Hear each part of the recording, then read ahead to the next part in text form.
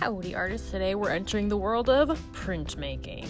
So I've got some tools here that we would typically be using in class. I still want to talk to you about them even though you won't be using them at home. What you would do is you would take your ink, you would put a little bit out onto a plate, you would take your brayer and roll it out, and then you would roll your brayer onto your stencil. Once you put it onto a piece of paper, you take your brayer and you press it down, and that's how you get the ink to go from your stencil to your paper.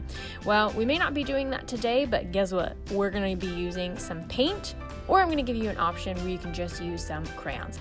Option one is going to be to use paint. It's going to be a little bit messy, and that's okay. Printmaking is always messy. So you can see here I have my yellow paper. If you don't have yellow paper, you can totally just use white. And I have my stencil, and I'm using kind of a yellow-orange here. It's a good tertiary color, but you could totally use a gold color or anything, maybe just a yellow, whatever you have, something to look like your honey cells. Okay, so our goal is to do a radial design. So we want to go ahead, remember that center's got to all line up, and then we're just going to keep twisting our honey cells. Now with your stencil, you also want to make sure that on the left side of where your center is, you don't have anything overlapping, as well as the bottom, okay? If you have something overlapping, maybe just go ahead and cut it off, or you can always just remove it. Trust me, it's going to make it easier though when you are printing. If yours do not perfectly line up, or if you have some areas of overlap, it's okay. This is all about the experimentation with printmaking, okay? I'm gonna go ahead here, add my paint. All right, now I don't want to do too much to the point where it is so gloppy that I'm not going to be able to actually see where I have my raised bits of cardboard, but I wanna go and apply enough so that when I go to transfer it, it does indeed hit my paper. Now again, this is gonna be a little bit messy, and printmaking is all about being messy, the experimentation. Things don't always come out perfect on the first try. It's okay. I'm more concerned with you guys doing the process of this, right?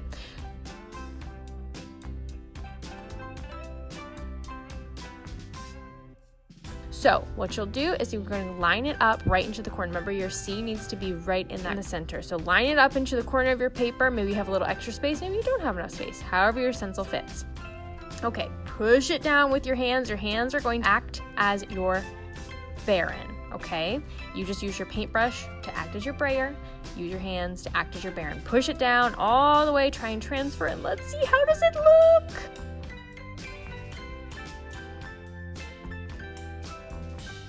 Oh my goodness, looks pretty good. You can see there's a few areas that maybe didn't pick up. I'm really not concerned. It looks pretty good. Okay, guess what? You're gonna keep repeating this process. So go ahead, ink it up again, or rather paint it up again. And then what you're going to do is again, line that C. So this time we need to rotate, right? Because our C should go 90 degrees. We're pulling math into this, I know. 90 degrees to the right, okay? Once you've rotated it 90 degrees to the right, go ahead, print it. Okay, hands again as the baron. So we're pushing it down. Oh my goodness. You can see I have some areas here. Guess what? Doesn't totally line up. Overlap's a little funky. We still love it. Keep going. Repeat this until you fill 4 times.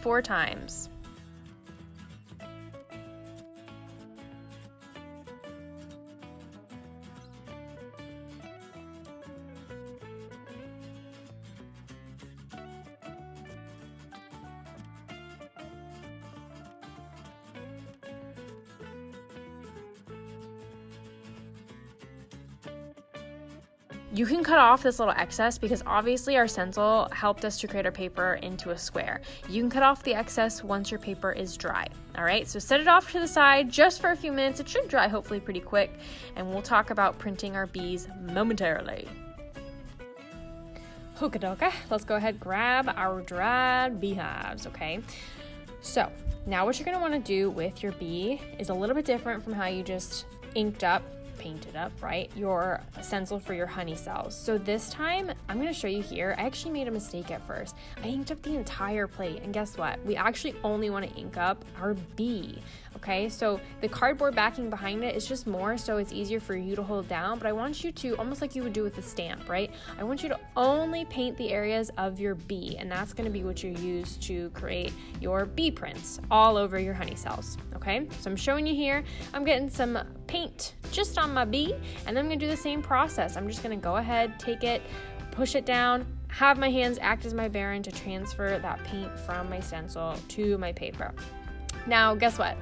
This process, again, it may be a little bit messy. It may not come out totally perfect. I'm actually going to show you here. Guess what? I can actually take my paintbrush, and for my wings that didn't totally come out because maybe I didn't apply enough pressure right there, I can just fill it in a tiny bit with my paintbrush. No biggie. Again, if you were here in class with me, we could definitely fix your stencils, and it'd be a little bit easier with the linoleum blocks to really get that ink to transfer. But at home, we're doing the best we can with printmaking, okay?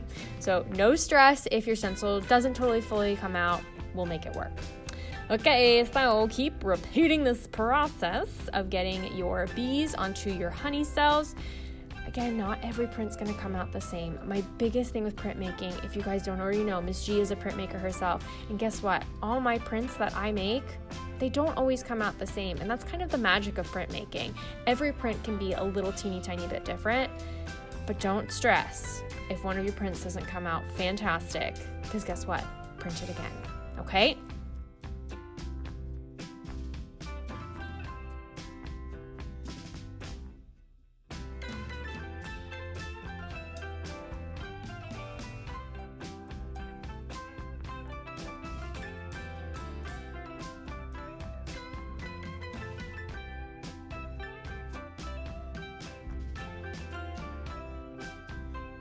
Keep going until you have had enough bees on your cell. You can see here, I have some that are going in some different directions. Maybe you have some that are facing up, some are facing down, maybe some going to the left, to the right. Maybe you even have some bees that are kind of going off of your paper. All right, so keep going until you have enough bees that you like.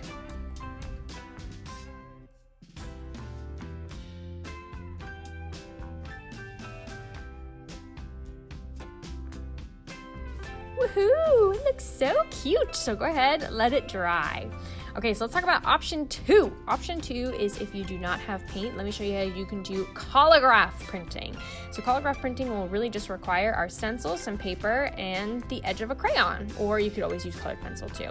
Now, what you're going to do is you're actually going to put your stencil underneath of your paper. And then what you do is you take the side of your crayon or your colored pencil and you push down, apply pressure, and rub until that stencil comes up from underneath your paper to the top of your paper, okay? It's like a texture rubbing if you remember doing those here in school with me.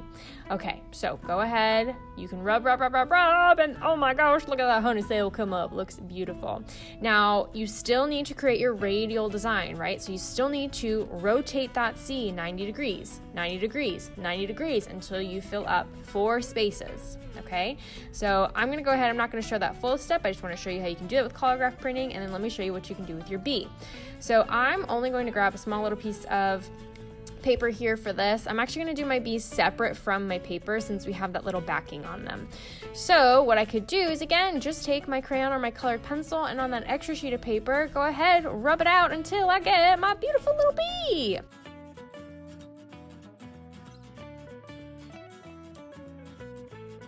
Okay, so now what you can do is grab some scissors and cut a little bit of an outline around your bee. Doesn't have to be totally perfect. Do your best.